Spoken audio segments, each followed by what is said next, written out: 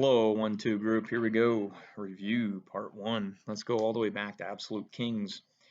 And if you remember, I gave you the 5 rules of Absolute Rule, and I'm not worried about all 5 of them. I'm worried about you knowing a few of them. And when you look at this, if you remember, the context was the 30 Years' War had taken place, 1618 to 1648, and Europe felt a little bit on edge about this. They needed to have stability and order. And so, in order to do so, you had the development of what I called, remember, the Monarchs Revolution. Mon, singular, and the kings existed prior to the 30 Years' War, but the kings, remember, kind of ruled as a first among equals. The Monarchs Revolution is a centralization of power, which was really the idea of the one and only above. This is the monarch. And so in this case, you had this previous system and this fragmentation, if you remember the word I used, and this would be the feudal structure. Well, now the centralization meant the creation of this unified state under a king, and all things flowed from this king. And the rules of absolute rule, one of the first ones, remember I told you that don't call Parliament. Parliament was this representative body that was in action in England since the 1100s and in France since the 1300s. And the rules of an absolute ruler was if you call Parliament together, which would be this group of nobles, then you're giving power to them and you're sharing it. So, for example, in the case of France, Louis the 13th, Louis the 14th, they did not call Parliament during their entire reign. Okay, this is like almost 200-300 years when they would not be called. Parliament in France would not be called until that fateful moment of 1789, if you remember right, 88, when you'd have the French Revolution. So, rule one, don't call Parliament. Now, that leads to a question: what role does Parliament have? Well, collecting taxes. And so that's rule two. King collect taxes directly. And by the king collecting taxes directly, he had the power over that monetary system. By doing that, he could use this money to fund armies. Now, armies can be used to defend, but armies can also be used internally, if you think about this, kind of a police state in a way. And so, because of this, the first 2 rules go together. Don't call Parliament, collect taxes directly.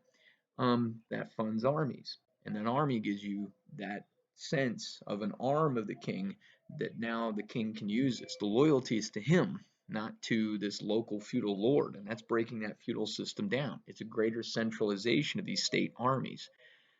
Good case in point there would be England. If you remember where Charles the First of England wanted to collect taxes directly, and he got rid of Parliament in 1629, he disbanded him, and he said, I'm going to collect it directly. And that created the English Revolution, didn't it? Now the English Civil War, as it was known as.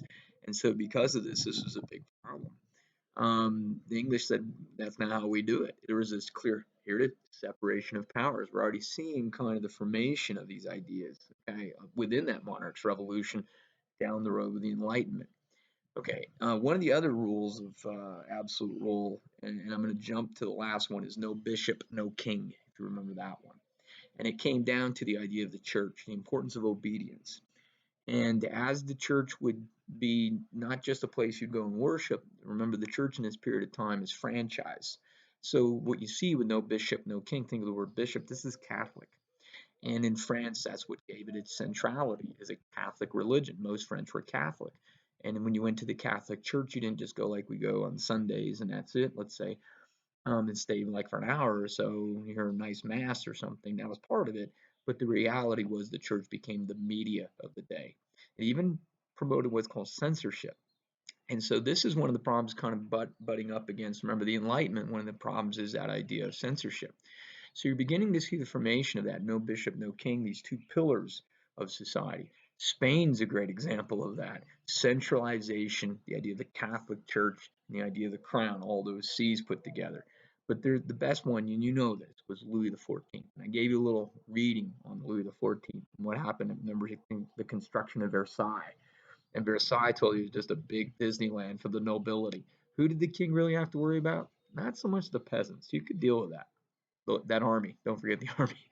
But the idea was the nobility. Because if anyone was going to plot on you, it would be the nobles.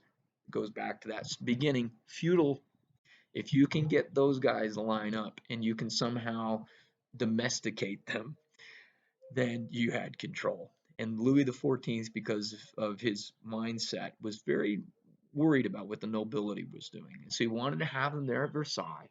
He had them, remember, stay in certain types of rooms. And if you wanted anything, you had to get his say, his right. Everyone wanted the king's approval. Not only that, but if I wanted to sell something, the king could give me a monopoly on it. You got to get that. It's a centralization of power. It's the monarch literally having a revolution to undo the feudal structure and create a state that offered stability and order. That's what government does. Government is created by our weaknesses. It's a necessity, let's say. Okay? And if you think on that enough, that's when the Enlightenment is going to come along and ask this great question. Why is it this way? Why the king? And that goes back to what? Nobles, hereditary, their birth status. This sets you up for the next revolution, doesn't it now? Okay, so think on this. Okay, bye-bye.